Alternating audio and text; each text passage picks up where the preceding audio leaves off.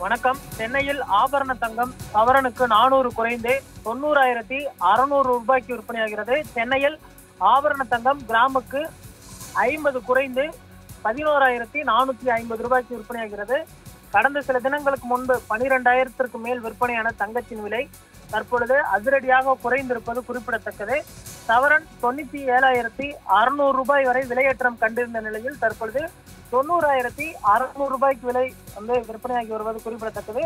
சுமார் 7,000 வரை விலை குறைந்திருப்பது குறிப்பிடத்தக்கது. வெள்ளி விலையில் எந்த மாற்றமும் இன்றி 1 கிராம் வெள்ளி 170 ரூபாய்க்கு விற்பனையாகிறது. பார் வெள்ளி 1,70,000 ரூபாய்க்கு விற்பனையாகிறது. அதே போன்று கடந்த சில தினங்களுக்கு முன்பு பார் வெள்ளி 1 கிலோ 2,07,000 வரை விற்பனையான நிலையில் தற்பொழுது 1,70,000 வரை விலை குறைந்திருக்கிறது. அடுத்து வரக்கூடிய ஒரு சில தினங்களில் வெள்ளி விலையும் கடுமையாக விலை வீழ்ச்சி அடையும் என எதிர்பார்க்கப்படுகிறது. சர்வதேச நிலவரங்களுக்கு ஏற்ப தொடர்ந்து தங்கம் மற்றும் வெள்ளி விலை ஏற்ற இறக்கத்துடன் விற்பனையாகி வருகிறது. குறிப்பாக தீபாவளி பண்டிகைக்கு பின்பு தங்கத்தின் விலையில் மிகப்பெரிய ஒரு வீழ்ச்சி அடைந்திருக்கிறது.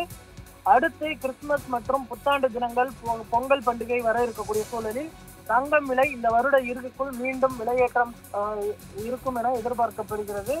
குறிப்பாக பொருளாதார வல்லுநர்கள் சொல்லக்கூடிய கணக்கு என்ன என்று சொன்னோம்னால், தற்பொழுது தங்கம் மீதான முதலீடு கடந்த சில தினங்களுக்கு முன்பு அதிகரித்திருந்த நிலையில் தற்பொழுது தங்கம் மீது முதலீடு செய்தவர்கள் பின்வாங்க துவங்கி இருக்கிறார்கள். ஏனென்று சொன்னால் தங்கம் என்பது ஒரு நிலையானது என்று எடுத்துக்கொண்டாலுமே கூட தற்போதைய சூழலில் தங்கம் மீது முதலீடு செய்ய வேண்டாம்.